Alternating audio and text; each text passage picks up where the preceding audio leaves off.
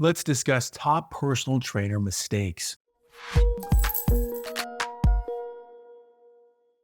Welcome to this video on top mistakes that personal trainers make. This video, it's going to be for beginners, new personal trainers to the fitness industry.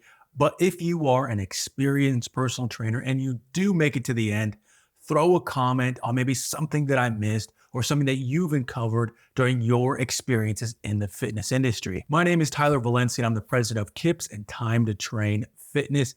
I've been a personal trainer. I've been a group exercise instructor. I own my own boot camp, and I've worked for companies like Nesta and CCPT. The first one that I'm going to talk about is misunderstanding the job of being a personal trainer. And this I largely contribute to marketing. These days, at the time of this filming, it's 2025, and marketing these days is very portrayed as happy, it's glamorous, it's great to be a personal trainer, when in reality, it is tough. It is a grind. The hours are all over the place, and you're really having to push yourself outside of your own comfort zone. This career path also heavily relies on communication and customer service, things that you are not going to see in your entry-level certification, but immediately will need to apply. Now, this one is going to be a little controversial, but in my opinion, investing too early into the profession is a mistake. Your CPT is entry-level education. It's something to get your foot in the door so that you can get experience later on and hopefully stay within the industry. So if you are paying $600, $1,000 plus just to become a personal trainer, in my opinion, that is a big mistake. If you can save $400 to $600 on that initial investment and put it towards groceries, your rent, whatever that might be a part of your daily life, I think that that is something that's going to keep you in the industry for hopefully another month or hopefully another few months and keep you getting experience and reps as a personal trainer. Now, I know that sounds crazy because I do own a fitness education company with KIPS and own a personal training certification. But when I think about what the CPT does, it gets someone that opportunity to become a personal trainer, hopefully get experience to stay within this great industry. Now, in past videos that I've made on this channel, I've gotten comments that say, well, you pay for what you get and you pay for good education. Well, in theory, especially ones that are accredited, they're designed to be the same and provide the same knowledge. That is entry into becoming a personal trainer, the bare minimum qualifications to be ready on that first day. So if you can invest in a certification, and this is the tip to take away here, if you can get a certification that the job that you are looking to hire, but also costs the less, in my opinion, that is going to help you save money, put more money in your pocket, and be ready to get experience. The next mistake that I'm going to go over is one that is a sad reality of this profession, and that is most personal trainers leave the industry too soon. Now, a quote that I've shared in different blogs and different videos is from American Spa 2019, which says that personal trainers often leave the industry before 1 year. In talking to other gym franchise owners, they've actually said that it's much sooner than that.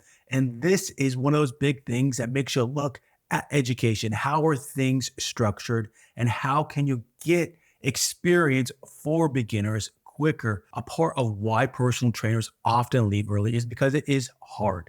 As I talked about in the first mistake, is that the marketing, it portrays this profession as glamorous, that you're getting to work out, you get a free gym membership, you're following your passion.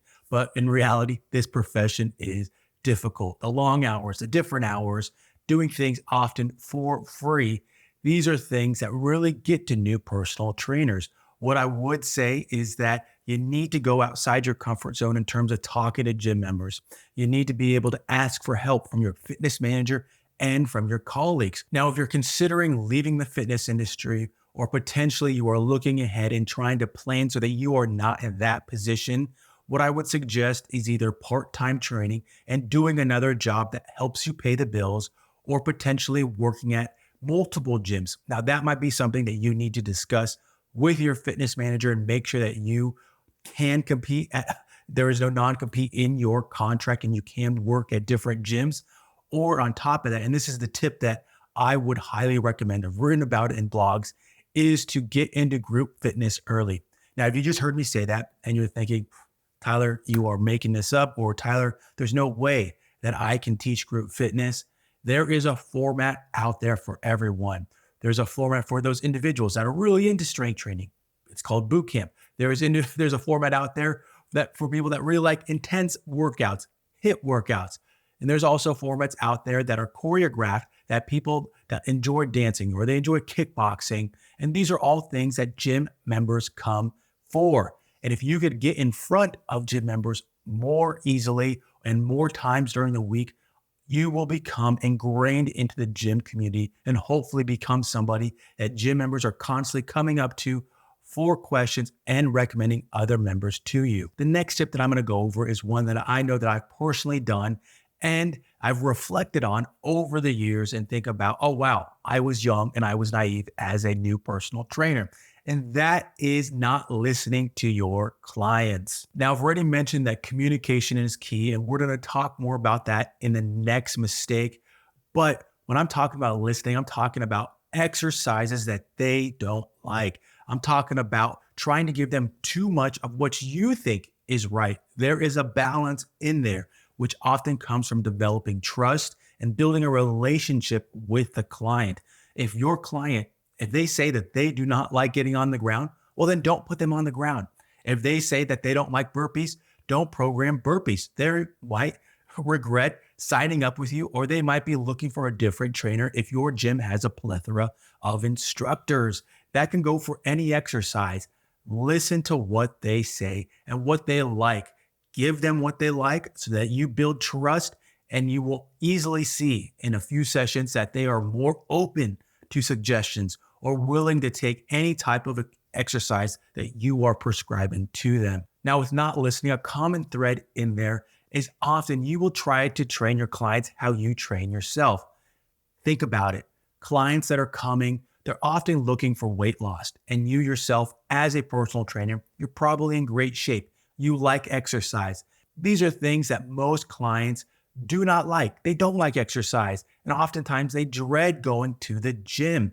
With this, keep in mind that they're also most likely really out of shape, and you need to build them to certain levels of fitness in order to prescribe certain exercises. A good example to take away from this one is that at some point in your career, you might be really interested in powerlifting or Olympic lifting. That is a very common one. You get interested in deadlifts, you get interested in clean snatches, things that are really technical, and you might want to share these with your clients. Take a second, think about what I just said. It is very technical. These are things that injuries do occur with. I myself have gotten injured many times with doing Olympic lifts and powerlifting. These are exercises that you will want to discuss with your clients to gauge their interest, and things that you might introduce to them very slowly and modified versions with other tools within the gym. The next mistake is one that I think is part of the reason why we are seeing a shift within the fitness industry when it comes to entry-level personal training certifications. And that is not improving your soft skills immediately upon becoming a personal trainer. Think about it. You are trying to find ways to communicate, motivate, trying to describe exercises, and get clients to move more towards their goals when they do not like training. They do not like exercise. And on top of that, you're trying to effectively sell your services. In my opinion, this goes back to getting outside your comfort zone as both an introvert or an extrovert. Those are terms that are awfully thrown out there when you become a personal trainer, because people come from different aspects of life, have different personalities, and there are no one way to go about this job. In my opinion, both of these personality types will need to work on different soft skills to grow their client list. Other important soft skills will include things like problem solving.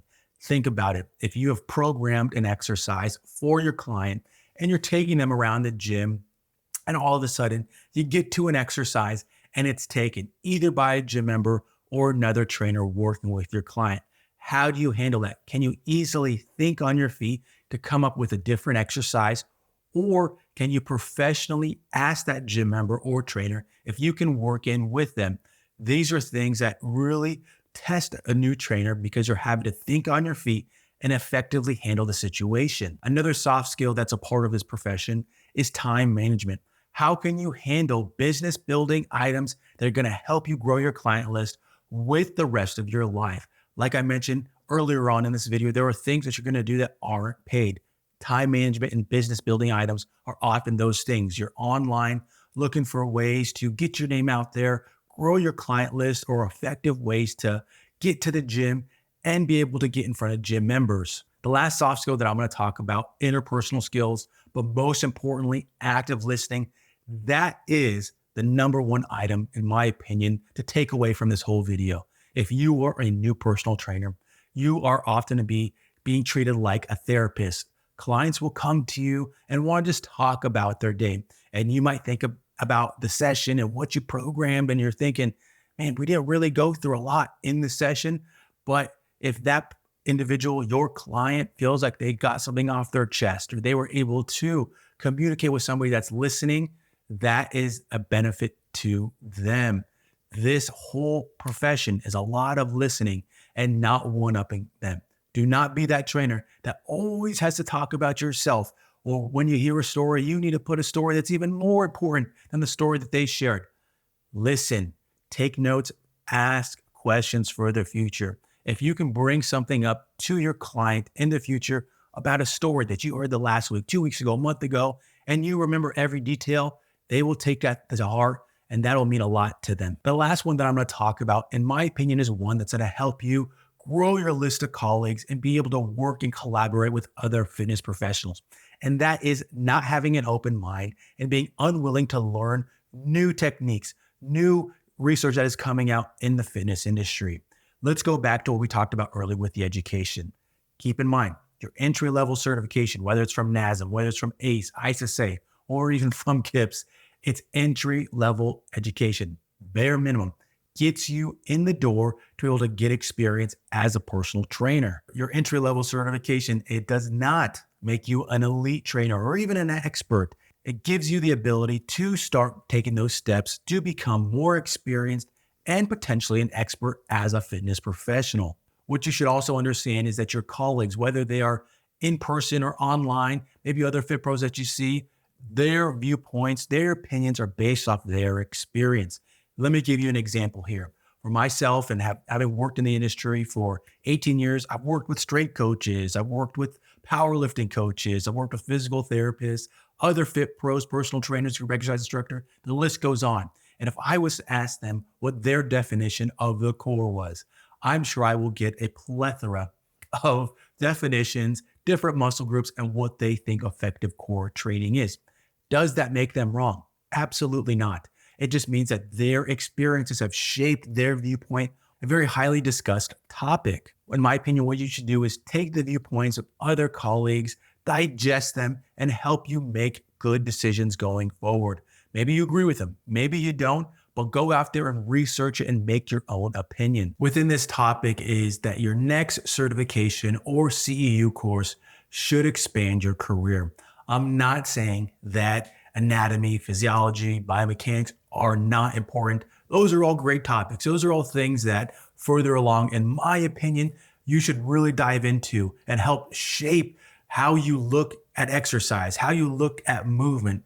But immediately after entering the fitness industry and help you get recertified, I believe that you need to look at more fitness business topics. You need to look at programming and things that are going to immediately impact your client list and how much you're making on a monthly basis. Now, I know that one's going to be debated and some might not agree. Totally fine. But I am really looking at how do I get trainers to understand that this is a tough profession, that they really need to look at ways outside of just training one client or one base, and hopefully look at things that are getting them more hours, more exposure immediately upon entering the gym as a personal trainer. That has been it for this video on top mistakes that personal trainers make. If you've made to this point, make sure that you hit the like button and the subscribe button is also on. Those are things that help this channel grow and hopefully get more videos out there like this to new and experienced personal trainers. And hopefully I'll catch you in the next one.